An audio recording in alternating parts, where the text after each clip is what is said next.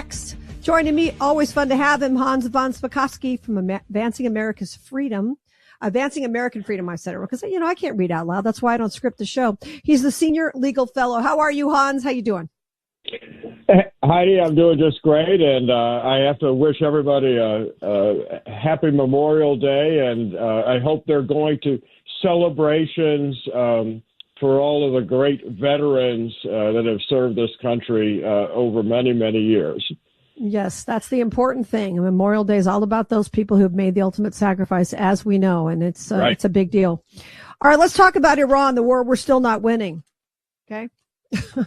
What? I can't keep track. I checked the news before I went to bed last night. I wake up, thought there was a deal. Now there's not a deal. Where are we? What are you hearing? Well, look, part of what has been going on is the fact that even if they ultimately cannot force frankly, the crazies. I mean, remember, these are militant fanatics who are running Iran.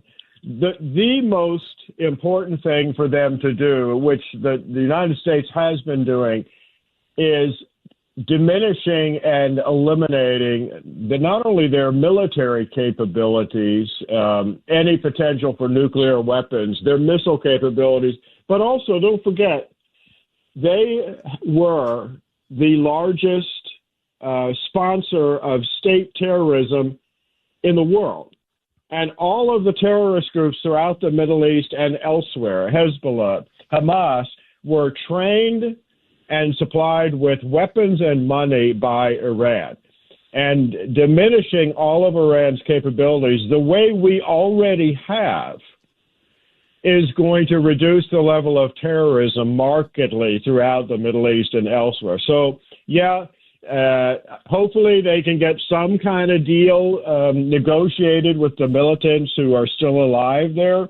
But even if they don't, we've already accomplished a great deal that will make, frankly, hopefully the Middle East much more peaceful for a long time. Right. But when you look at what we went in there for, so they said, we were trying to eliminate their ability to enrich uranium. And so if we don't get a hold of the uranium, I don't know what we do with it. I'm not an expert on that, but we need to certainly make sure they don't have it. And if we don't do that, the American people are going to say, what did we go in there for? You're right about everything you're saying about them being a state sponsor and funding all these terrorist attacks all over the world. We know that.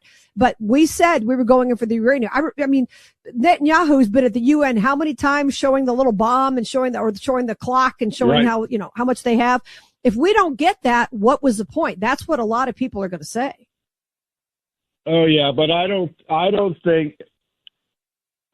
think the finishing tactics of this war will be finally eliminating that, either through complete destruction of their uranium processing facilities and the stored uranium they have, or us actually going in and grabbing it in a land operation. And that doesn't mean we're going to get stuck there.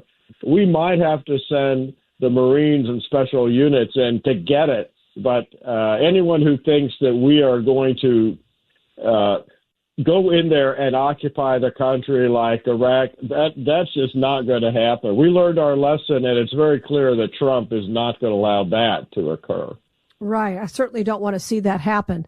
But a couple weeks ago, he was talking about the fact that there are so many people watching it. We supposedly know where it is, and we're keeping our eyes on it. And if but that's not good enough. We have to get a hold of it.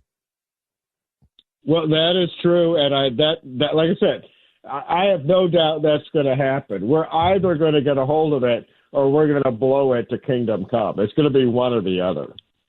Okay, I'm going to ask a question that I should know the answer to, but I don't. I'm going to admit it. I don't. If we blow it up, then what happens? If you've got partially enriched uranium, how do you blow it up, and what effect would that have on the people anywhere nearby? Well, that I don't know, because I'm assuming that it's buried deep into their facilities. And if you simply cover it over with hundreds of tons of rock and everything else, so you can't get a hold of it, that stops any, I think, problem of it producing contamination. Look, I'm not an expert on it, but I think we're going to be able to contain it and make sure it doesn't happen. Plus, look, the other thing we're doing, and this is very important, is destroying their missile capability the way we have been is vital, because the whole point of Iran doing what it was doing was so they could mount nuclear bombs on missiles that could reach Europe so that they could blackmail and extort the European nations too. And that's something else that they ought to be grateful that we are damaging and destroying. Right. And we're speaking with Hans von Spokovsky. I'm Heidi Harrison for Marc Cox. And it's one of those things too, where the average Iranian person wants freedom. They want to go back to being free. And the guys in pajamas are running around making their lives miserable. And I just feel terrible for them. They're the ones stuck. Yeah. And they are the kind of people who, I mean, they're like Adolf Hitler was in his bunker in Berlin at the end of World War II. They have no interest in surrendering. They would rather die to the last crazy than give up. So the point is to, frankly, kill as many of them as possible so that the remaining rational, sane individuals there will finally call a halt to all of this. I would hope to see that happen. I really would. I mean, because the problem is, they don't value what we value. We're talking about the leaders. I'm not talking about the Iranian people. The leaders don't value human life. They don't care what happens to the economy. They don't care about any of that. And that's what do you think Trump understands that? Do you think that was explained to him clearly enough?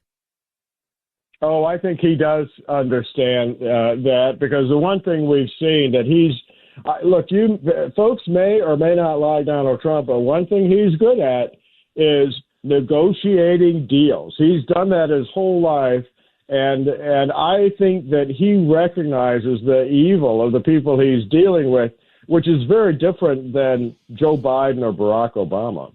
Oh, right. They never even wanted to acknowledge that the evil existed. That's absolutely true. Absolutely true. Hans, great to talk to you. I hope you have a meaningful Memorial Day. I know you will, appreciating the sacrifice of those who gave up their lives for us, and the freedom that does not come cheap. It certainly doesn't. Have a not great rest of the day. Thank you for being here. Appreciate it. That's Hans von Spokovsky from Advancing American Freedom. He's a senior legal fellow. I'm Heidi.